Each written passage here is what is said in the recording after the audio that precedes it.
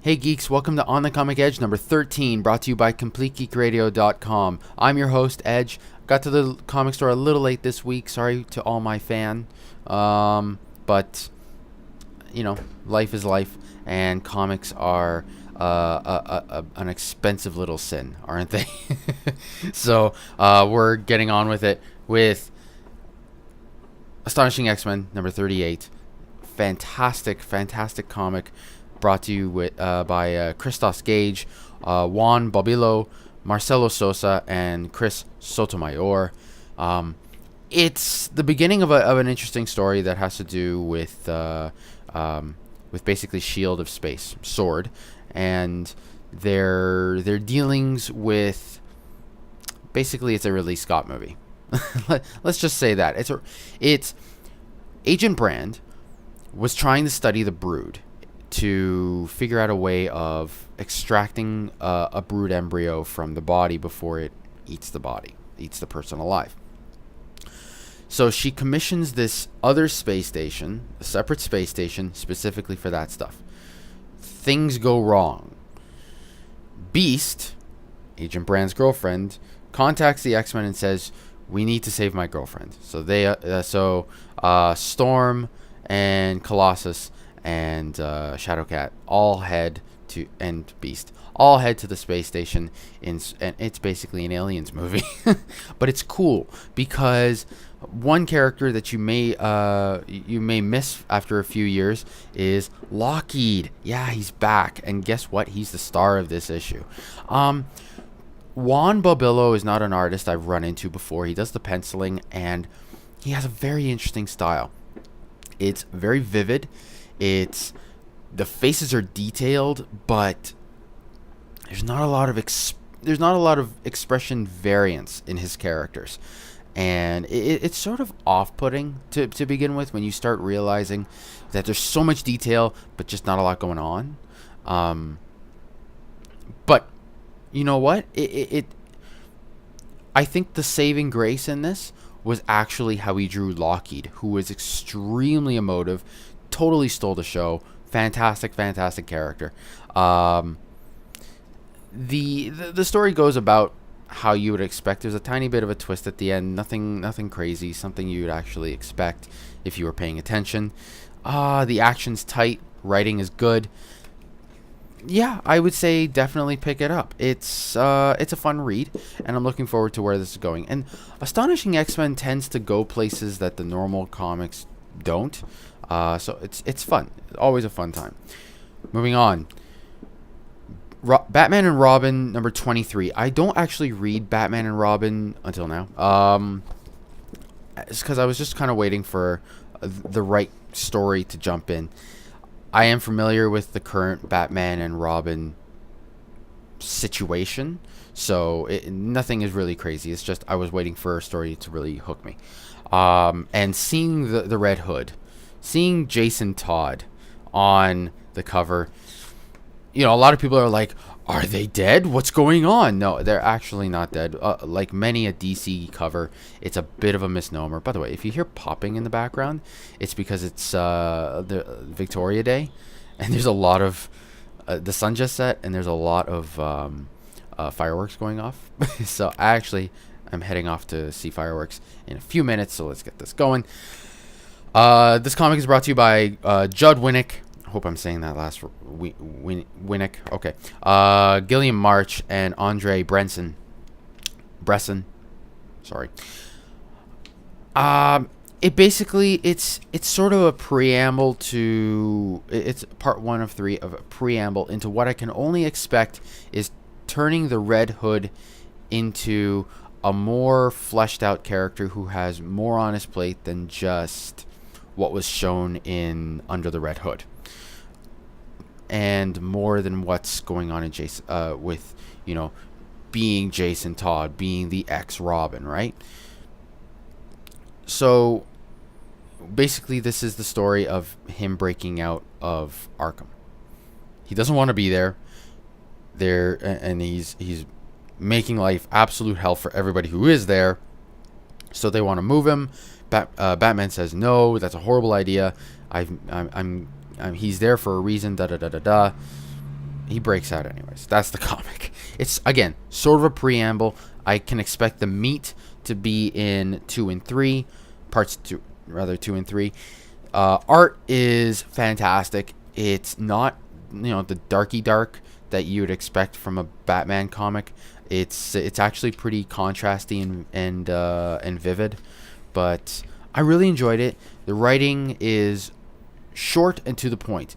Nothing really frilly here. Nothing to really sink your teeth into. But again, waiting for parts 2 and 3, expecting good things. Last one, and this is the comic I've wanted to bring you for a while.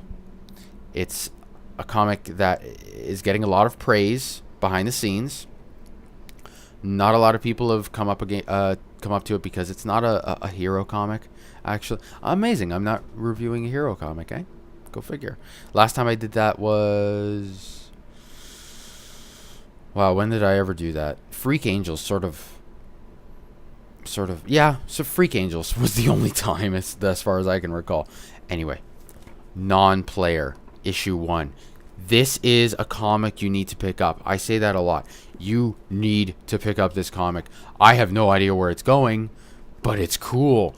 Nate Simpson's the only name I can connect to this thing. I don't know if he's doing the writing or the art or both. Probably both. He's worked in the video game industry before.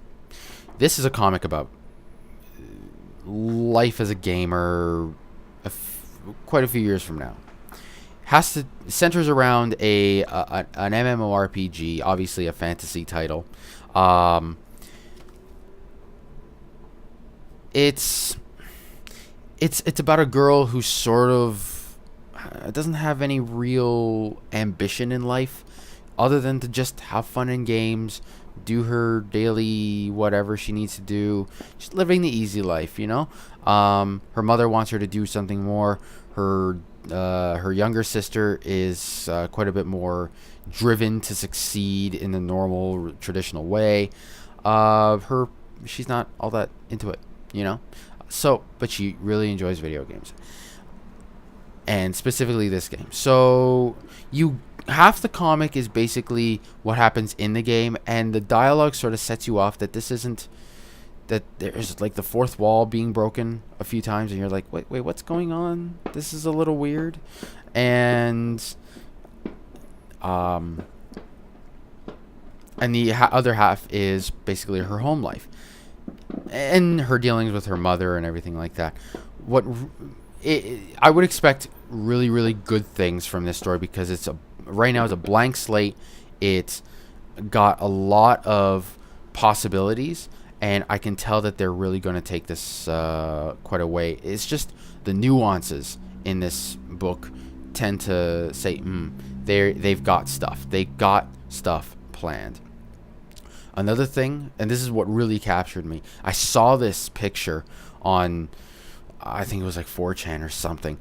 I saw this picture, and I spent a while trying to track it down. I'm just like, I must find out what this is from.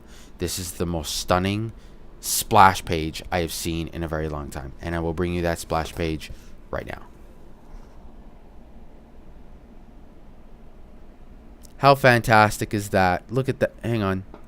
Let me try and turn off my screen so I can remove the glare.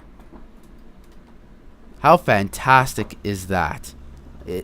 I mean, seriously, the detail is just stupendous. Basically, you have half this her reality, and she's basically turning on this whole augmented reality system that, I mean, you and I are used to using, like a phone to to scan a barcode, and it's augmented reality and maps and things like that. This is a whole different ball game. I want this. But it's actually a fantastic piece, and some of the best art I've seen ever. The writing is good. It is solid. It isn't blow away, but it's solid. I think they were really resting on the laurels of the art to bring this across, which is good, because if you throw a bunch of new characters out and names and details right off the bat, you're just like, I can't read. No, ew. No, because you know what? That's what they did with Neozoic. When who brought out Neozoic? Avatar Press. I think Avatar Press puts out Neozoic. It's either Avatar Press or Red 5. I get the two mixed up all the time for some reason. Neozoic throws a bunch of stuff at you, and you're just like, I can't absorb all that. I don't have the inclination. No, leave me alone. It takes a lot to really absorb that much. Not doing that. Not this time. So, but this doesn't do that. It gives you simple little things to just absorb calmly. It's very liquid, and you just, my God, I'm ranting about this book, and you just gotta check it out. Please check it out. You will thank me. Even if you don't thank me, you will thank me in secret. Trust me. You have to trust me on this. Go to your local comic book store. Tell them to pick up Nonplayer. If you don't have it, Comixology, get it. Find somebody with an iPad and plug it in, or a tablet or something. Or even on a phone, it's fine. You just gotta check it out. You just have to check it out. It's fantastic. Anyway, I'm done ranting. I'm gonna go see some fireworks. Thank you for joining me once again on the Comic Edge. Expect this to come up tonight. Well, today's the 22nd. Expect it to come up on the 22nd. I'm going to do a quick edit, post it. And tomorrow is the latest issue of Complete Geek Radio. I think it's 18. So we cover some interesting topics, and we're almost at E3. Things are ramping up very quickly. And remember to check out our website. Remember to check out our Twitters and our Facebook groups. We're going to be having a new site soon. And remember to check out Complete Geek Daily, which we do Monday to Friday, except for this coming Monday because it's a day off. It's a national holiday, and we take those days off. So thank you again for joining me. I appreciate it. I really, really do. Thank you. Take care. Stay geeky.